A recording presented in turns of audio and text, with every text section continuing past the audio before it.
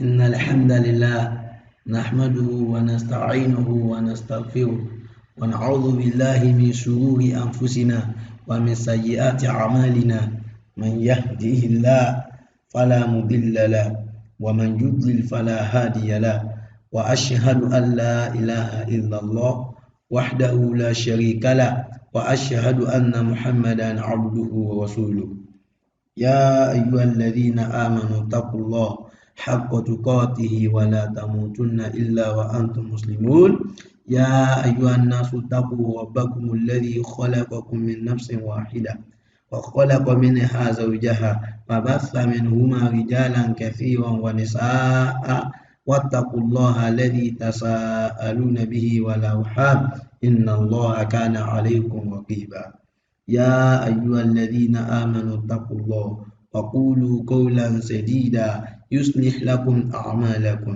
ويغفر لكم ذنوبكم ومن يطع الله ورسوله فقد فاز فوزا عظيما أما بعد فإن خير الحديث كتاب الله وخير الهدي هدي محمد صلى الله عليه وسلم وشر الأمور محدثاتها وكل محدثة بدعة وكل بدعة ضلالة وكل ضلالة في النار.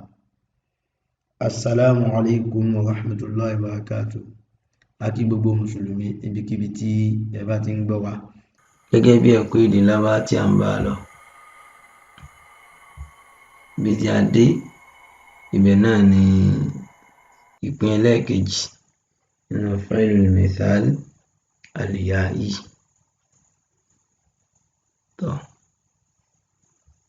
So a sì ti wá àwọn Af'alul Madiyya. So lónìí inshallah ó jẹ́ afẹ́ tá a máa dé náà ni Af'alul Mudari'iyya, àwọn Failul Mudari', àwọn òṣè tí a ń ṣe lọ́wọ́ àbí tí a máa padà ṣe. Ní báyìí a lọ sí ojú pátákó àti lọ kọ́ ẹ̀kọ́ náà.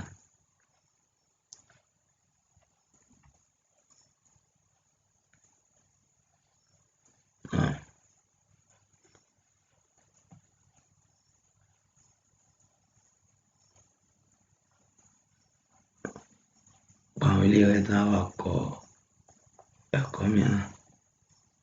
So inshallah wọ́n fẹ́ jẹ́ ká parí Failul Af'alul Mudari'iyya náà torí àsìkò ká kọ́ ohun náà tán. Gbogbo 14 yẹn ká kọ́ tán.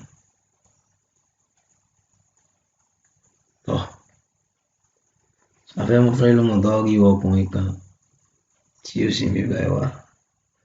Àwọn kọ́ lọ mú Failul Madi' ọkùnrin kan tí ó sì ń bíbá ẹ wá. Náà ni Yafa àti Mudi. Sẹ́mi láti lára Failul Madi' kó tó lè di Failul Mudari'. Ìṣẹ̀lẹ̀ àkọ́kọ́ á lọ sínú Huruful Mudawwarah tó ń tọ́ka sí ọkùnrin kan tí ó sì ń bíbá náà ni Ya àti Mudi. Ìṣẹ̀lẹ̀ kejì jẹ́ fún Mudawwarah àbàtì wọlé tó Failul Madi' yóò fọ fáwọn lè fi ilé ẹni sọ̀kalẹ̀ fáwọn lè fi ilé àbá àti ẹgbẹ́ àbá. Bákan náà ìparí Failul Mudari' ló wà ní wọn gbà. Adébí àbá àti ẹgbẹ́ àbá fún dọ́kítà fáyà dàpọ̀ yóò di yẹ ìfàrù.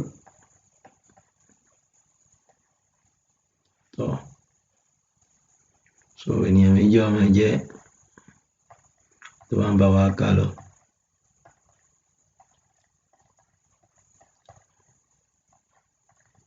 Wọ́n máa jẹ́ yẹ ìfààní.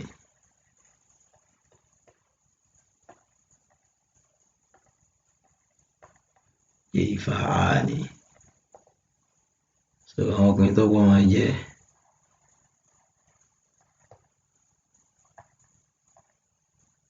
yẹ ìfàrù. Ìjà kọ́ bá tí wọ́n kọ́.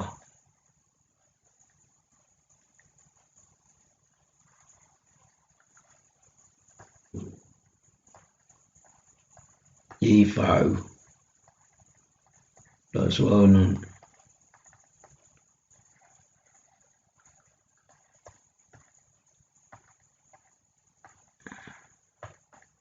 يفعلون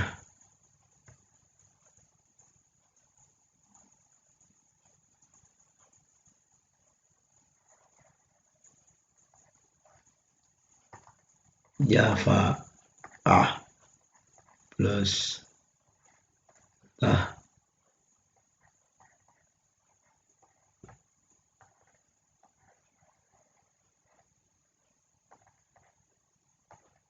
Tayfa'u. So ìtumọ̀ rẹ̀ màá tú gbogbo ẹ̀ tí màá ti kọ́ tán inshallah. Tayfa'u.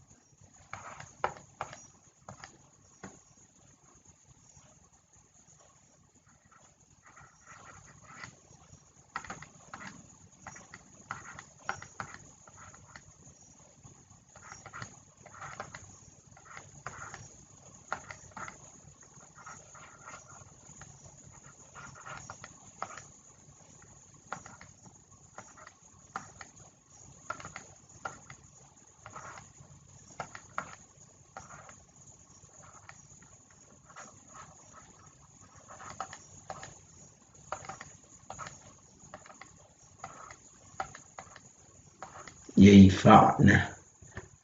Yayfa'na àwọn obìnrin tí wọ́n pọ̀ tí wọ́n sì ń bí báyìí. So ìtumọ̀ ẹ̀ lọ báyìí yayfa'u ọkùnrin kan tí kò sì ń bí báyìí ó ń gòkè lọ́wọ́lọ́wọ́ àbí wọ́n padà gòkè. Yayfa'ani àwọn ọkùnrin méjì tí wọ́n sì ń bí báyìí wọ́n ń gòkè lọ́wọ́lọ́wọ́ àbí wọ́n padà gòkè. Yayfa'un àwọn ọkùnrin tí wọ́n pọ̀ tí wọ́n sì ń bí báyìí wọ́n ń gòkè lọ́wọ́lọ́wọ́ àbí wọ́n padà gun òkè. Tayfa'u obìnrin kan tí ó sì ń bí báyìí ó ń gòkè lọ́wọ́lọ́wọ́ àbí wọ́n padà gòkè. Tayfa'ani àwọn obìnrin méjì tí wọ́n sì ń bí báyìí wọ́n ń gòkè lọ́wọ́lọ́wọ́ àbí wọ́n padà gòkè. Yayfa'na àwọn obìnrin tí wọ́n pọ̀ tí wọ́n sì ń bí báyìí wọ́n ń gòkè lọ́wọ́lọ́wọ́ àbí wọ́n padà gun òkè. So ó kọ àwọn tí a dojú kọ.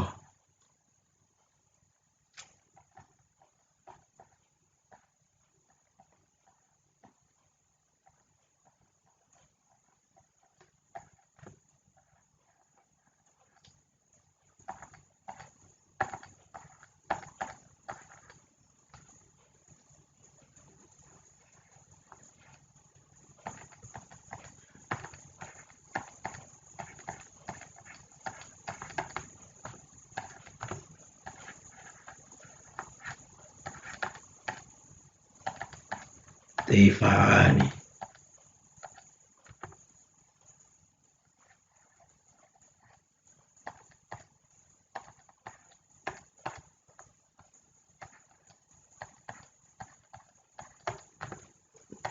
Tayfa'un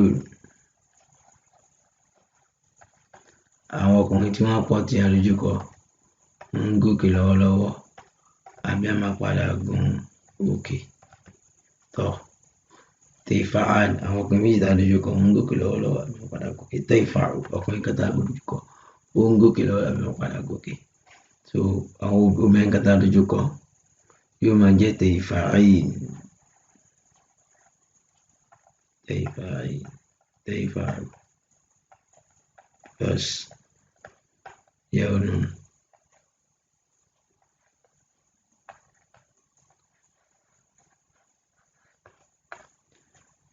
Máa jẹ́ Tayfa'in.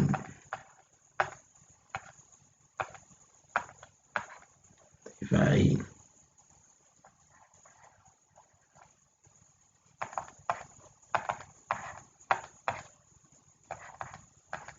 Tayfa'u plus alif náà.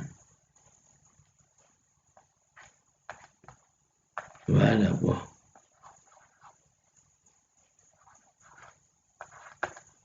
Tayfa'ani.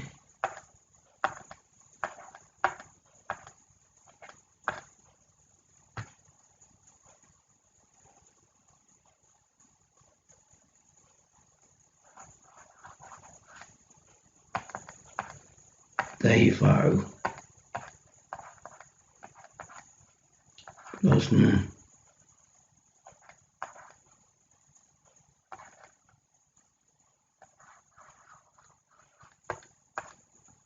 Yá jẹ́ Tayfa'na. tí wọ́n pọ̀ tá a dojúkọ yìí wọ́n ń gòkè lọ́wọ́lọ́wọ́ àbí wọ́n padà gòkè. Èmi tí mò ń sọ̀rọ̀ á jẹ́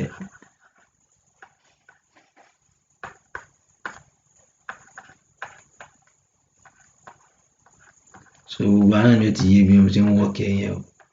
Ẹni tí ó bá yé kó padà sí àwọn ilé ẹ̀kọ́ tó ti gbájú yóò yé inshallah. Àìfààrù mò ń gòkè lọ́wọ́lọ́wọ́ àbí máa padà gun òkè.